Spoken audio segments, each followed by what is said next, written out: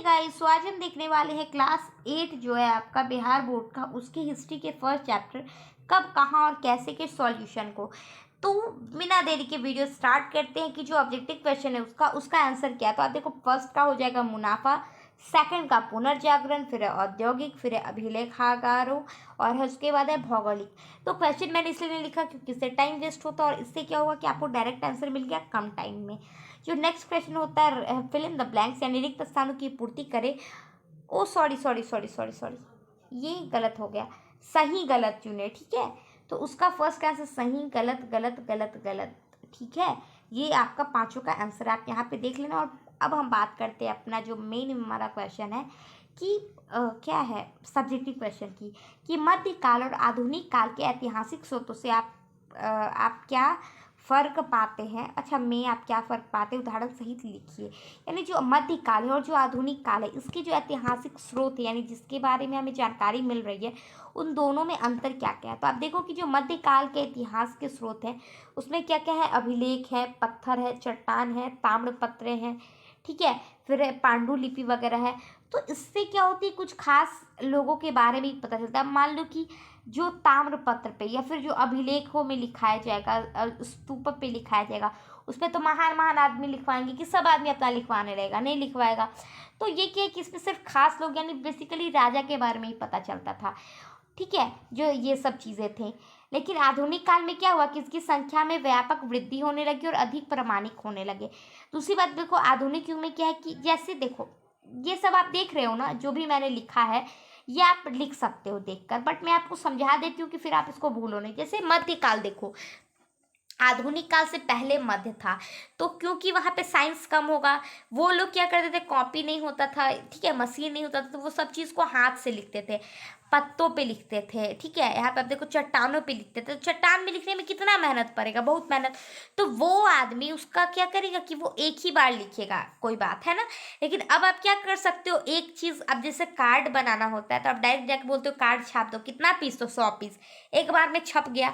तो अब मशीन है तो ये चीज़ें फ़ायदा होगी कि हम कितना भी कॉपी बना सकते हैं। लेकिन पहले क्या हो सकता था कि जितना कॉपी बनाओगे आपको उतना ही मेहनत लगेगा। अगर एक कॉपी में आपको 10 मिनट लग रहा है तो 10 कॉपी में आपको लगेगा ही 100 मिनट। बट अब क्या है कि आप 10 मिनट में 1000 लाख करोड़ जितना चाहिए आप मशीन से उतना कॉपी बना सकते हो। तो ये पहला फ़र्क है। दूसरा फ़र्क है कि उसमें जो थे वो बड़े लोग, जैसे आपने देखा है अभी कभी रोड वगैरह पे जाओ तो आप देखोगे कि नाम लिखा रहता है, जैसे मुफ्ती शोरूम, ये हॉस्पिटल, वो हॉस्पिटल, बहुत सारा बैनर वगैरह देखते हो। तो वो किसका रहेगा, जो बड़े जो डॉक्टर ये कुछ है उसी का ना बैनर रहेगा। कि नॉर्मली कोई आदमी जो कुछ नहीं करता है वो भी अपना बैनर लगा देगा, नहीं लगाएगा। तो उसी तरीके से जो ये चट्टान है एक तरीके का बैनर का काम कर देती कि इस चट्टान को इसने बनवाया, ये काम हुआ, ठीक है। मतलब चट्टान नहीं, जैसे कोई भवन हो गया, कोई इमारत हो गया, वो सब पे। तो ये सिर्फ महान व्यक्ति या फिर राजा यही सब के बारे में होता था। लेकिन अब क्या है कि आप लोग मतलब उसके बाद जब आधुनिक युग हो गया तो बहुत सारी किताबें छपने लगी, नॉर्मल नॉर्मल कहानियाँ होने लगी, सब आदमी के बारे में लिखा जाने लगा। तो ये सब दो छोटी छोटी अंतरें हैं वो आप देखोगे यहाँ पर कि मध्यकाल और आधुनिक काल के इतिहास के स्रोत में अंतर है। उसके बाद है कि जेम्स मिल ने भारतीय इतिहास को जिस प्रकार कालखंडों में बांटा, उससे आप कहाँ तक सहमत हैं। तो इसका आंसर आप देख लो कि जेम्स मिल ने जिस प्रकार भारतीय इतिहास को कालखंडों में बांटा है उससे मैं थोड़ा भी सहमत नहीं हूँ। उन्होंने अपनी रचना हिस्ट्री ऑफ ब्रिटिश इंडिया में भारत को हिंदू, मुस्लिम और ब्रिटिश इन 3 कालखंडों में बांटा है। यह विभाजन का आधार शासक का धर्म ही था।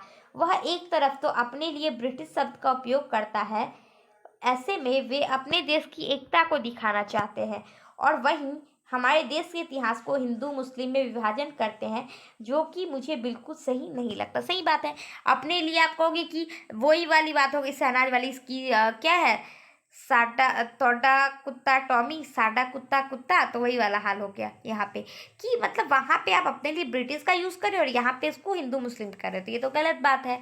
फिर थर्ड नंबर क्वेश्चन है कि सरकारी दस्तावेजों को हम कैसे और कहाँ कहाँ सुरक्षित रख सकते हैं।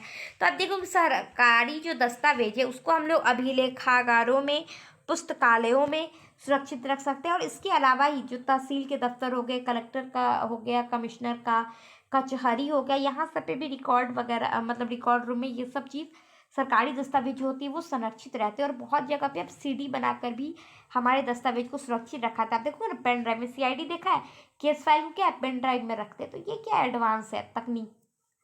फोर्थ नंबर क्वेश्चन की यूरोप में हुए परिवर्तन किस प्रकार आधुनिक काल के निर्माण में सहायक हुए। तो आप देखो यूरोप में जो परिवर्तन हुआ था ना, बहुत बड़ा परिवर्तन हुआ था। जैसे पहले आप देखो कि वहाँ पे औद्योगिक क्रांति आई, पुनर्जागरण आया, ठीक है। तो ऐसे में क्या हुआ ना कि लोगों का मेंटालिटी वो थोड़ा सा चेंज होने लगा। पहले जो लोग थे पर्दा सिस्टम ये वो मतलब बहुत कुछ था, अब लोग धीरे धीरे एडवांस होते जा रहे हैं। तो ऐसे में क्या हुआ, या फिर आप देखो कि पहले इंग्लैंड सबको गुलाम बनाते फिरता था, अब क्या लोग को हुआ कि नहीं मुझे भी आज़ाद होना है, तो सब लोग आज़ादी का लड़ाई लड़ने लगे, ठीक है। सब जगह लोकतंत्र फैलने लगा, तो बहुत ज़्यादा क्या हुआ कि बदलाव हुआ।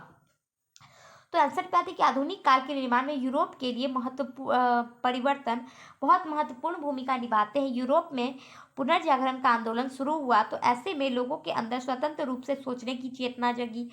सही बात है।